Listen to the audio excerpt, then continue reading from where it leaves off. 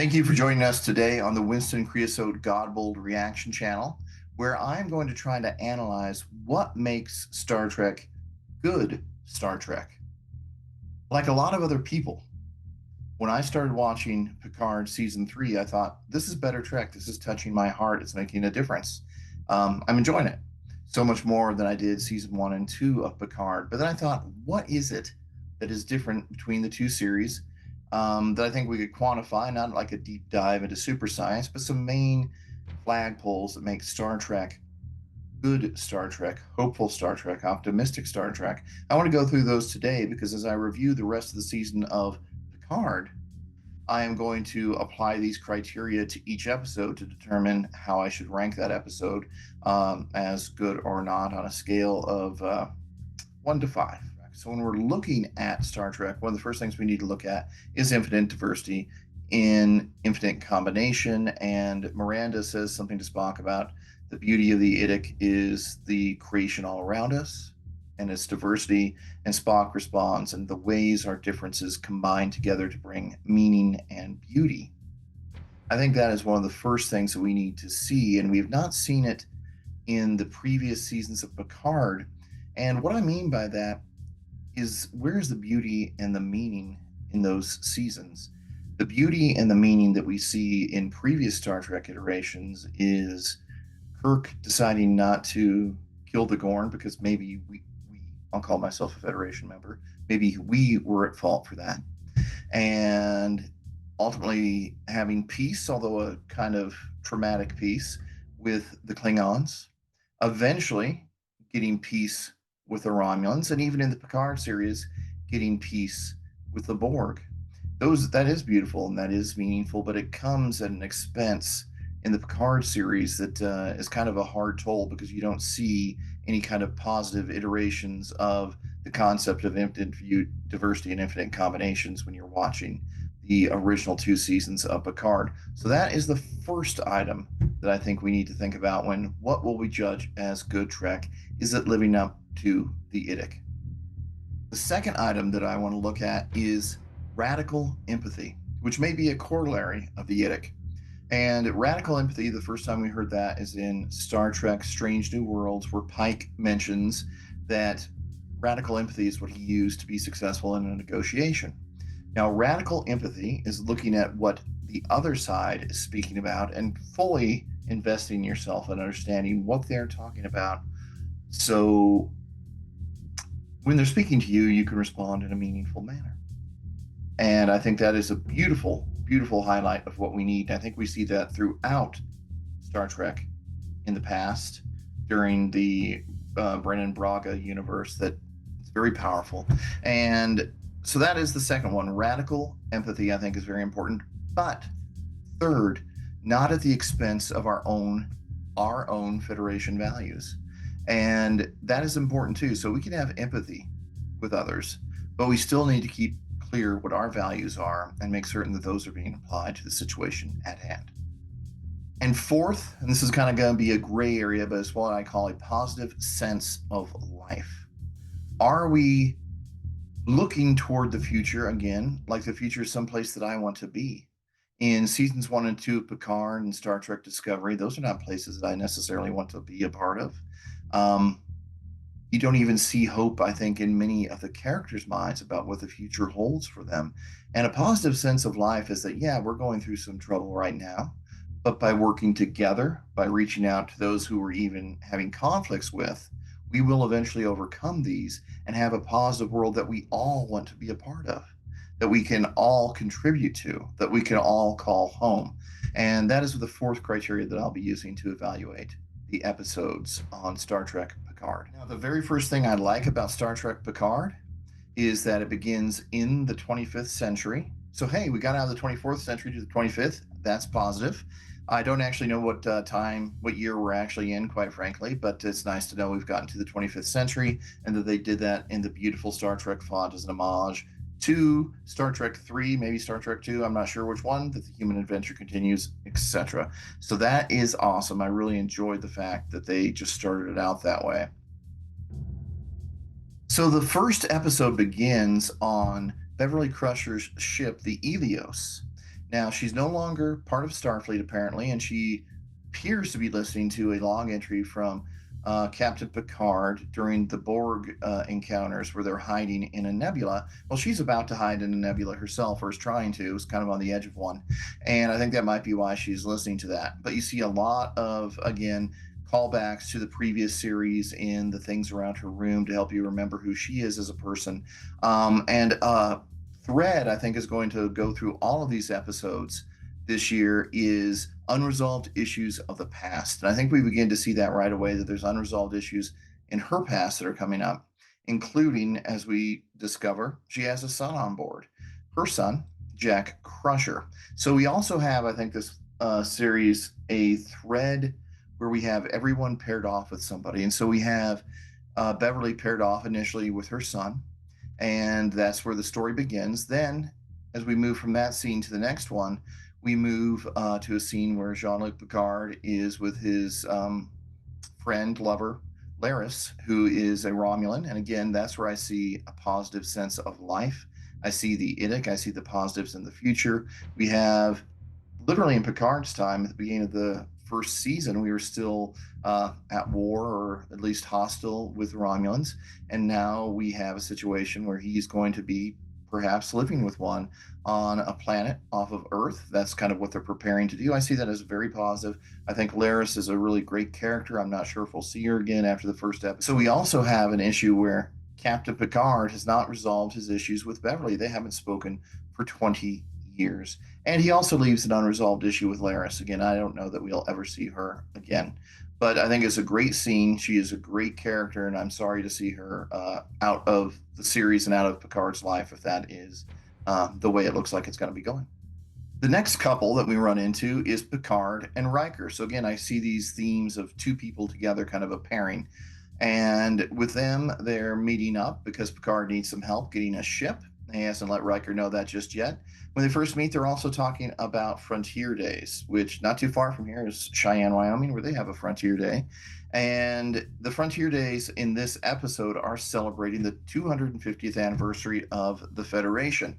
And so both of them are supposed to be doing speeches. I don't know how excited they are to be doing that. But again, I see that as positive. People 250 years after the Federation has started still view the organization positively and still having an excellent remembrance about it, that it has continued to survive and hopefully thrive is what we're seeing there. And so I think that's another positive that I take away from this first episode. So the plan that Picard and Riker hatch is to go to a ship that they need, and Riker feels he can get onto the Titan, which was his whole command.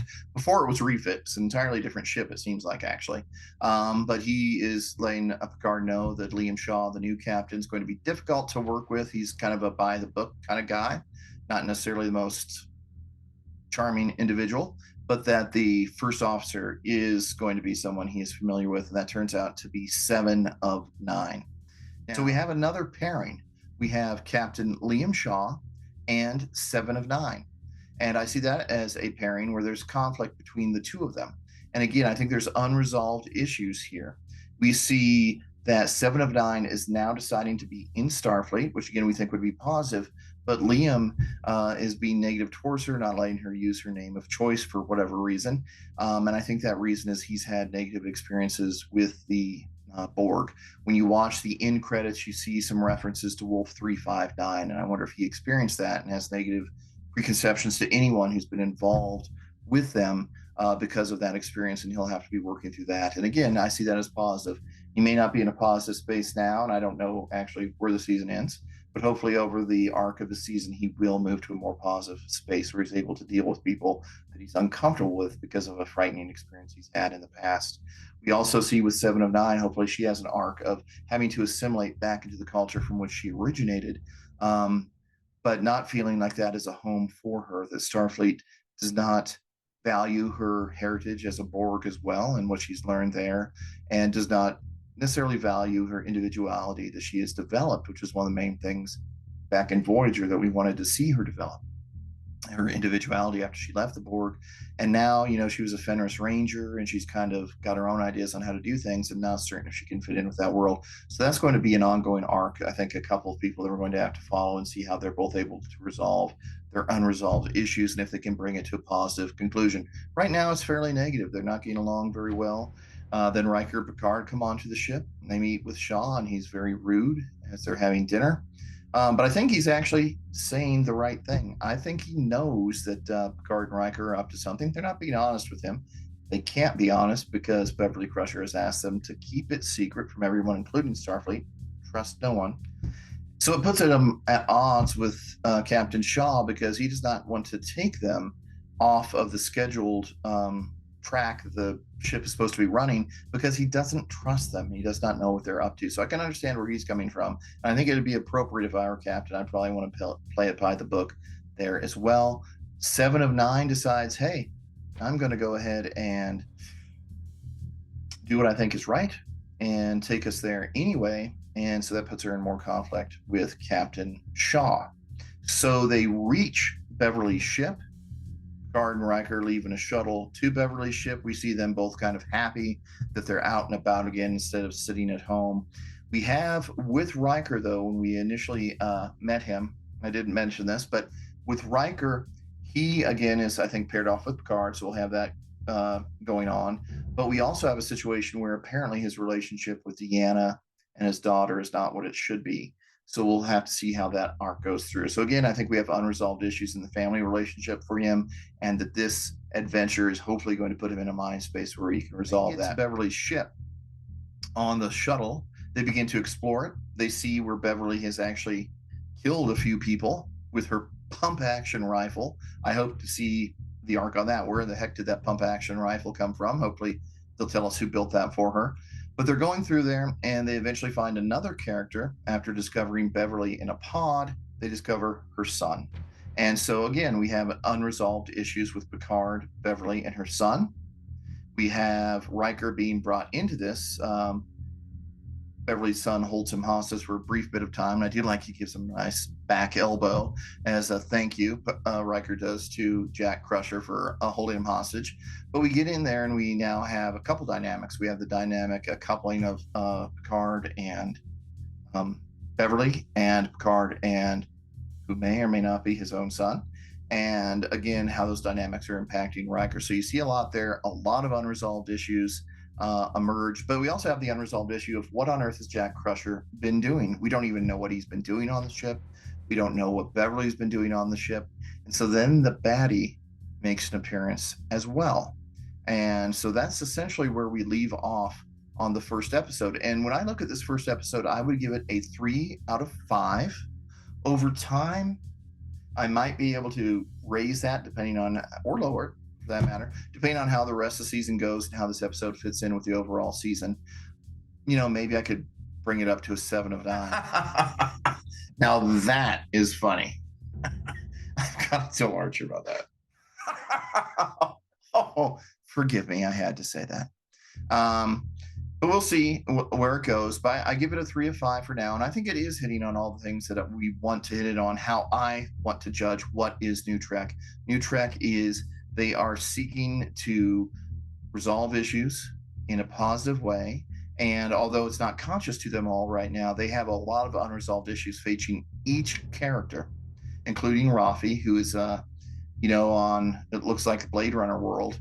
And she is facing issues of her addiction in the past. And she's going to be paired up with somebody as well. Right now, it's a secret handler.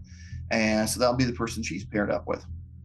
And so she'll have to move through these problems with whoever her handler is, as she is working for the United Federation of Planets in secret. And so we're going to see them unconsciously right now move through the season, I hope, and address all these issues where she can deal with the issue of the negative situation she has with her son and granddaughter, her husband, ex-husband, the issues that she has with addiction, the issues that she also has, kind of like Seven, with having a negative relationship with the Federation, even though she's still working for Starfleet, and the relationship that ended with Seven. We're hopefully going to see all those unresolved issues resolved by the time we get there with a positive spin on it. So my favorite part of the entire episode was the end credits. And when we get there, we are swept away, or at least I was, by some of the most beautiful music ever written for Star Trek, for Star Trek 8, the Borg one, First Contact. I think it's just beautiful that they're bringing that back. So Terry Matalas has, I think, made a decision to include Star Trek sounds from not just the current writers of music for Star Trek, but bringing back themes that we all like to kind of enrich and provide continuity for the show. And so I look forward to that. I think the title credits are beautiful. Kind of give me a tingle is my favorite part, like I said, of the whole episode. Strangely, and I just really love it, all the care that they put into it. And I think they're kind of telling the whole story of the season in the end credits. You see a positronic network, you see what may be Picard's brain, you see Wolf 359, I think, anyway. So I think the end credits are excellent. And again, by bringing back music that we're familiar with as part of the whole universe of Star Trek, I think it enriches new Star Trek by bringing back part of the old Star Trek and vice versa. Gives you that feeling that, again, we're at home, we're community. Obviously, we're going to have new music, great new music that's being created for the shows, but why not bring in some of that awesome music from the past and help flourish up the episode? So, thank you so very much for taking time to listen to me discuss episode 1, season 3 of Star Trek Picard. I will be reviewing episode 2 shortly. I hope you will join us. This episode took me a little longer to complete than I intended because of discussing kind of the criteria that we're going to use to evaluate whether it is good Trek or not. Now that you know what that criteria is, won't have to dwell on it quite as much. So I look forward to seeing you soon. Thank you so very much for watching Winston Creosote Godbold Reactions. And I am David. Enjoy the rest of your day.